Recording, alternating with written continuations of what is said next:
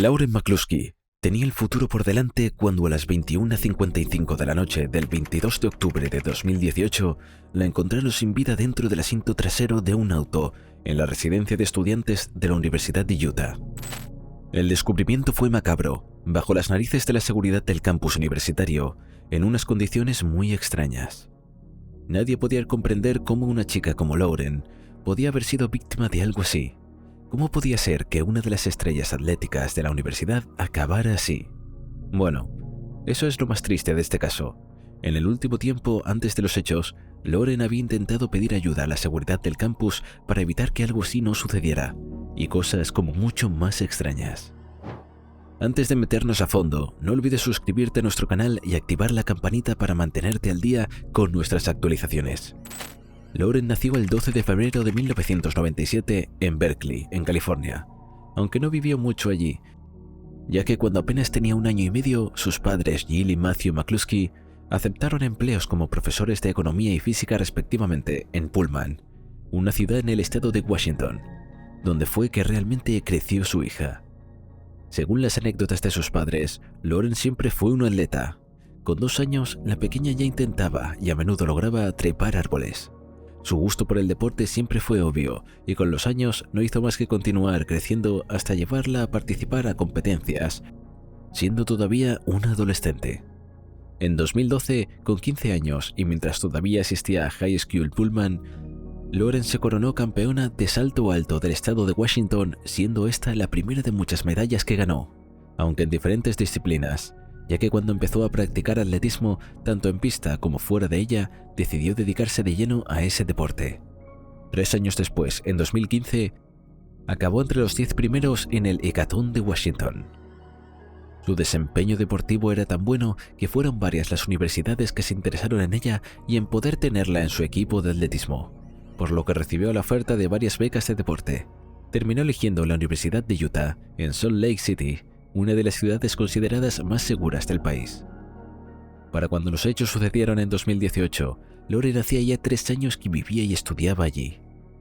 Era una de las deportistas estrellas en su disciplina, teniendo tiempos récord tanto en pista de atletismo como en otro tipo de carreras.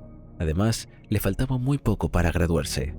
Había elegido estudiar comunicación y si todo salía como lo tenía planeado, en mayo de 2019 tendría ya su título como licenciada en comunicación. Más allá de los deportes y sus estudios, Lauren fue descrita por su familia y amigos como alguien introvertida, tímida al principio, pero también con una personalidad fuerte. No era una chica que se dejara pasar por encima, sino que todo lo contrario, defendía sus ideales y puntos de vista con firmeza cuando tenía que hacerlo. Quienes eran más cercanos a ella la recordaban también como una chica divertida, que cuando entraba en confianza mostraba una faceta de su personalidad desconocida para el resto. Por un tiempo, una de sus actividades favoritas para hacer con sus amigos era hacer karaoke juntos o salir a bailar. Actividades que no parecían ir con la personalidad más bien seria y reservada que mostraba normalmente. Todos quienes conocían a Lauren, fueran sus amigos o no, coincidían en que le esperaba un gran futuro por delante, sin importar si decidía dedicarse al deporte profesionalmente o seguir la carrera que había estado estudiando. Para todos era claro que esperaban cosas grandiosas para su futuro. Aunque lamentablemente, este nunca llegó a concretarse. Pese a que era una chica muy dedicada a sus estudios y entrenamiento, Lauren no dejaba de ser una chica de 21 años y como tal, parte de su tiempo libre lo usaba para salir con sus amigos y compañeros de noche. La mayoría de las veces, Lauren y su grupo de amigos frecuentaba el mismo bar en el centro de la ciudad. El domingo 2 de septiembre de 2018 no fue la excepción. El grupo de jóvenes se dirigió para compartir un par de tragos y diversión juntos. Lauren no estaba buscando una pareja activamente, pero desde hacía ya unas semanas había empezado a sentirse atraída por uno de los empleados de seguridad del local nocturno. Su nombre era Sean Fields. Tras varias veces de ir al bar e intercambiar miradas con el de seguridad, ese domingo Lauren se decidió a darle su número de teléfono y pedirle que la llamara. La seguridad con la que Lauren se había acercado a él le resultó encantadora a Sean, por lo que se mantuvieron hablando por el resto de la noche y conociéndose un poco más. Él le contó que estudiaba ciencias de la comunicación en una universidad comunitaria cercana y que para mantenerse trabajaba como seguridad privada no solo en el bar, sino también en otros lugares. Otra de las cosas que le dijo fue que tenía 28 años, pero ninguna de estas cosas eran reales, aunque Lauren demoraría casi un mes en darse cuenta. Durante ese mes, Lauren vio a Sean en varias ocasiones, y según lo que declararon sus mejores amigos, cada vez que Lauren volvía a una cita, se la veía más atraída hacia el guardia de seguridad. Hablaba todo el tiempo de él, y sobre todo, lo bien que le hacía sentir. Lauren estaba enamorada de Sean, y más de una vez había admitido a sus amigas estar esperando con ansias el momento de convertirse en su novia. Así que cuando después de una semana y media Sean se lo propuso, no dudó en aceptar. La relación parecía avanzar extremadamente rápido, si tenemos en cuenta que se pusieron de novios a tan solo una semana y media de conocerse. Sin embargo, los amigos de Lauren la notaban tan feliz y enamorada que apoyaron su decisión. Fueron los padres de Lauren quienes identificaron las primeras señales de alerta en esta nueva relación de su hija. Hacía aproximadamente 3 años que Lauren ya ni siquiera vivía en el mismo estado que ellos, pero eso no significaba que su relación se hubiera deteriorado. Por el contrario, Jill y Matthew hablaban con su hija prácticamente a diario por videollamada, además de intercambiar cientos de mensajes todo el tiempo. En otras palabras, eran conscientes de lo que ocurría en la vida de Lauren y por lo tanto se había enterado de que tenía novio. Y si bien al igual que sus amigos en un principio la novedad los había puesto felices, pronto notaron que su hija estaba teniendo una relación sumamente dependiente con Sean. Su humor estaba siempre sujeto a si él lo llamaba o no. Y cuando su novio la llamaba o le escribía, Lauren dejaba todo lo que hacía para responder. No importaba si estaba en clase, con amigos, entrenando o hablando con su familia. Pero Jill y Matthew no eran los únicos en notar ciertas red flags o señales de alerta en la relación de Lauren. A Alex, una de sus mejores amigas, no le agradaba en absoluto las actitudes de Sean. Lauren debía de estar siempre disponible para él y adaptándose a su rutina. Por ejemplo, Sean hacía que la chica fuera a recogerlo del trabajo todas las noches, incluso cuando su turno terminaba a las 2 de la mañana y Lauren estaba estudiando temprano. Los pocos días en que Lauren no iba a buscarlo, Sean llenaba de mensajes a su novia preguntándole dónde estaba o con quién, sin creer demasiado en las respuestas que su novia le daba y le exigía fotos con otras personas para demostrar que decía la verdad. Para Alex estaba claro que Sean era celoso y extremadamente posesivo, pero para Lauren, que no tenía demasiada experiencia con los chicos o estando en pareja, aquellos eran gestos románticos que demostraban cuánto se interesaba Sean en ella. A otra de sus amigas, llamada Carmen, Lauren le confesó que poco después habían tenido una pelea justamente por eso y que Sean se había enfurecido y se había ido, haciendo sentir a la chica que era ella quien actuaba mal y debía cambiar. La alerta ya no era únicamente de Alex o los padres de Lauren, sino de todo su entorno, pero la chica seguía convencida de que no era así. Mientras los amigos de Lauren la observaban cada vez más preocupados y recelosos de su nuevo novio, Sean se hacía amigo con otros estudiantes del campus de la Universidad de Utah, con el único objetivo de tener acceso al mismo sin tener que estar con Lauren. Podía entrar y buscarla, asegurarse de que no le mentía sin tener que avisarle que estaba allí. Según fueron pasando las semanas, la preocupación que sentía por Laura en su entorno fue creciendo cada vez más. La chica se veía cada vez más cansada. Todos los días debía ir a buscar a Sean al trabajo. Pero eso no fue todo. Durante esas semanas, Lauren le contó a sus amigos cómo era Sean. Quería darle un arma para que estuviera protegida. Era raro. ¿Por qué iba a necesitar la joven un arma estando en un campus con seguridad? Lo más preocupante es que Sean no parecía tener intención de ayudarla a conseguirla de manera legal, sino simplemente darle un arma que él ya tenía.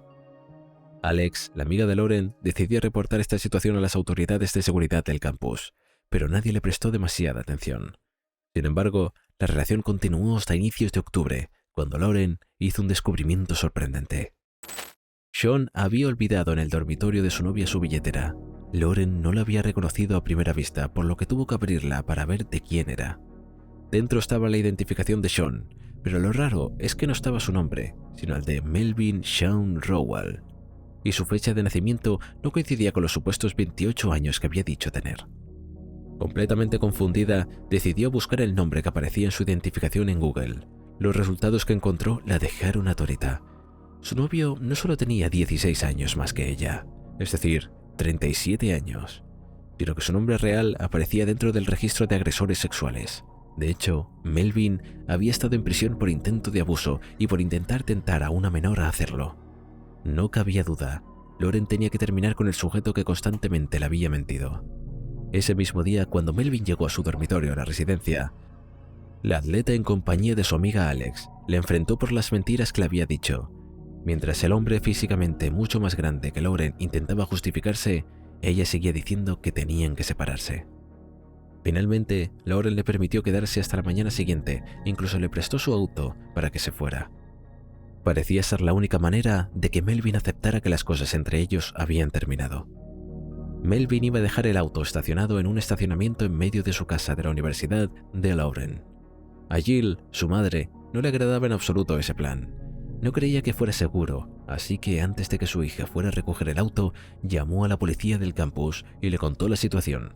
Las mentiras de Melvin, que era un criminal sexual registrado y que temía que hiciera algo a su hija por haber terminado con él. Quien la atendió comprendió sus inquietudes y decidieron enviar un oficial de seguridad para que acompañara a la chica, quien consiguió su auto sin mayor problema. Sin embargo, Melvin no tenía planeado irse de la vida de Lauren de forma tan fácil. Los días siguientes a la ruptura demostraron que Melvin tenía planeado convertir la vida de Lauren en un infierno.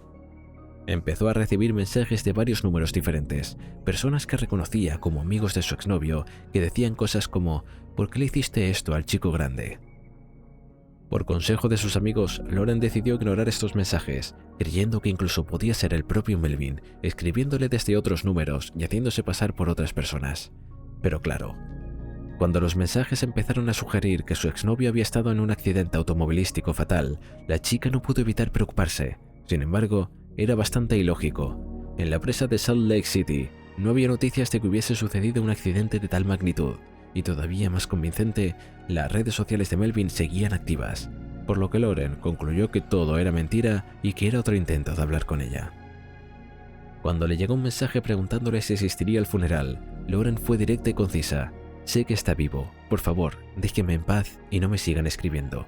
Ya le avisé a la policía», respondió. Y era cierto, Lauren había ido a hablar con la seguridad del campus, aunque no fue de mucha ayuda. Si bien coincidían en que había sido acosada por su exnovio, no había mucho que hacer. Los mensajes hasta el momento no eran amenazantes ni violentos, pero sí le alentaron a volver a hablar con ellos si subían de tono en algún momento. Al día siguiente a ese hecho, Lauren recibió un email mucho más violento que los mensajes anteriores. En el cuerpo del correo le amenazaban con subir a las redes sociales fotos íntimas al menos que Lauren le enviara dinero. Específicamente, Melvin le estaba pidiendo $1000, que ante la presión y el miedo de que realmente publicaran las fotos, Lauren le pagó. Aunque también volvió a ir a la oficina de seguridad del campus para denunciar que la estaban chantajeando. Esta vez, la policía sí podía tomar acción. Estaban frente a un crimen. La hipótesis que la policía del campus tenía era bastante ridícula. Según ellos, el teléfono de Melvin debía haber sido hackeado y ambos estaban siendo estafados. Para ellos, tanto Lauren como su expareja eran víctimas de lo que estaba sucediendo. Aunque para la chica y su entorno, era claro que Rowland estaba tras todo esto. Y se lo dejaron saber a los oficiales del campus, que se mantuvieron creyendo su hipótesis. Lauren no había encontrado con ellos la seguridad que había ido buscando, así que decidió denunciar la situación en el departamento de policía de la ciudad, aunque ellos dijeron no poder ayudarla, ya que la jurisdicción correspondía a la policía del campus.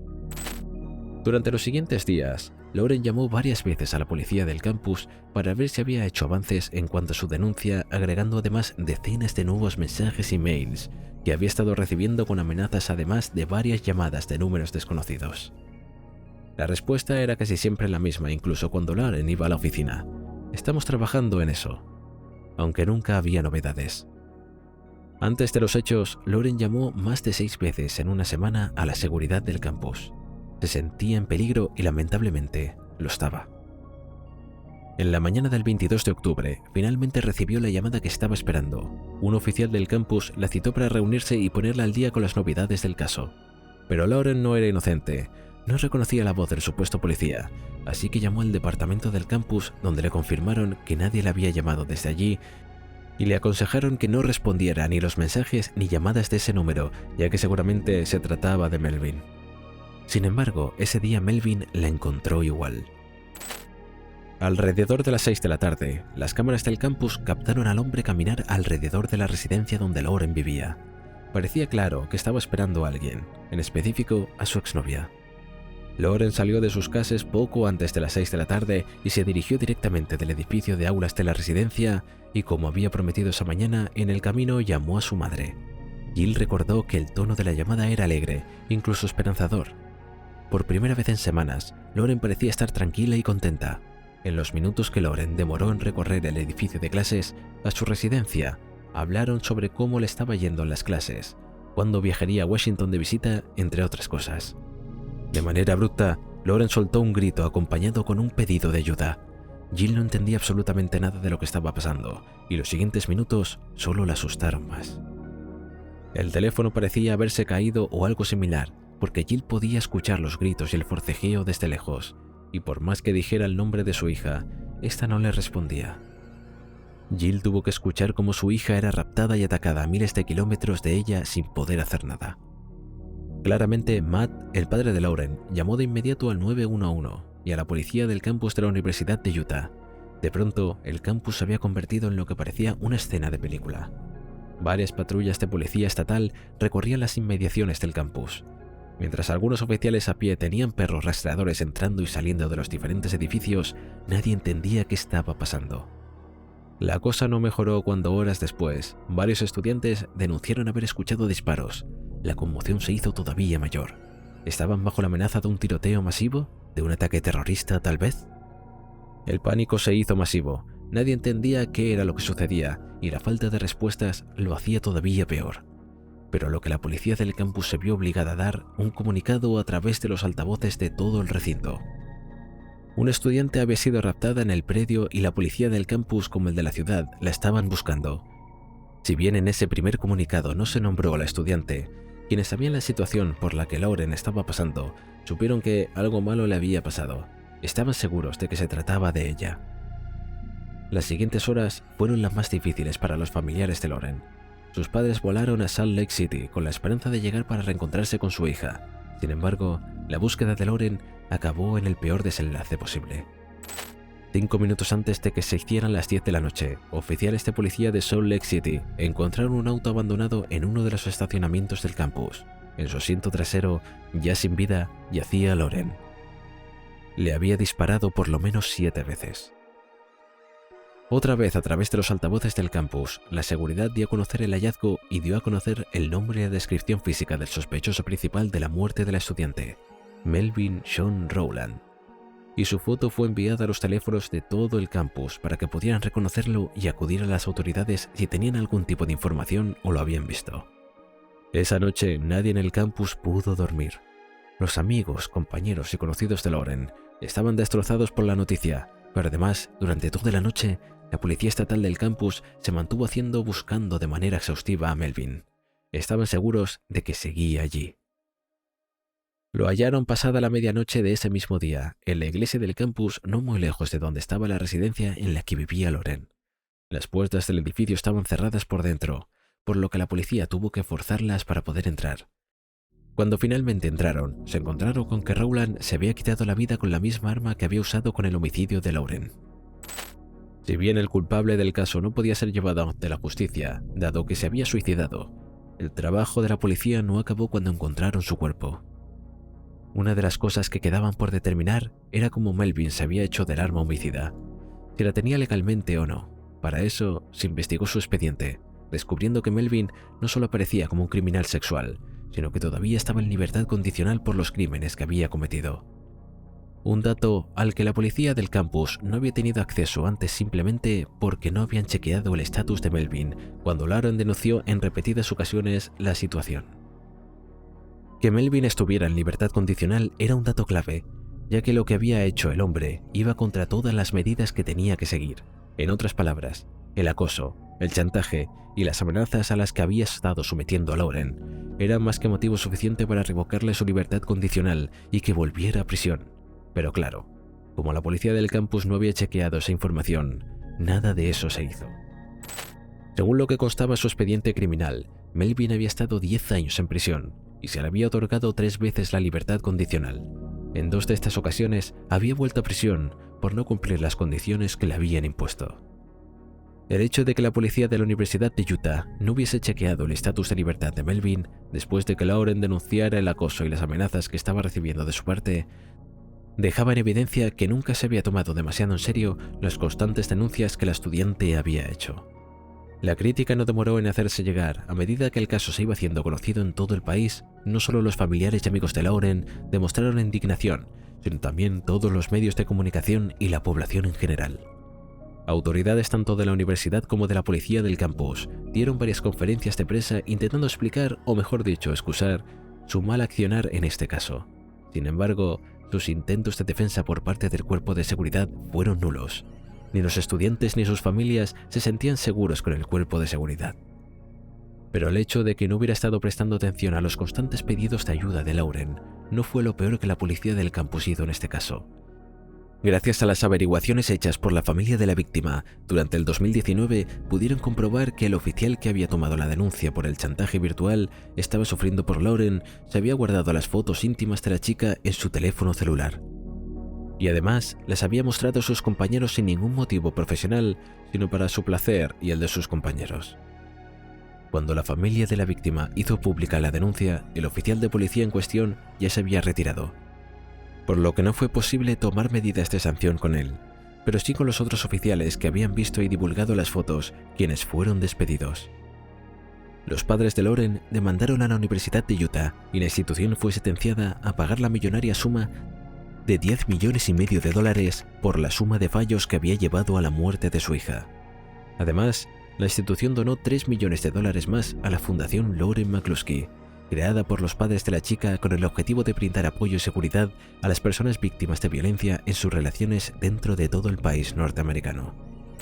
En cuanto a las repercusiones legales, no solo las tuvo la Universidad de Utah. En julio de 2019, Nathan Vogel, de 21 años, fue llevado frente a la justicia.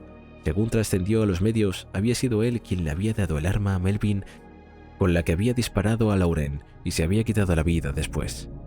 Pues esto le sentenció a 3 años en libertad condicional, bajo una estricta serie de reglas que si incumplía terminaría en prisión.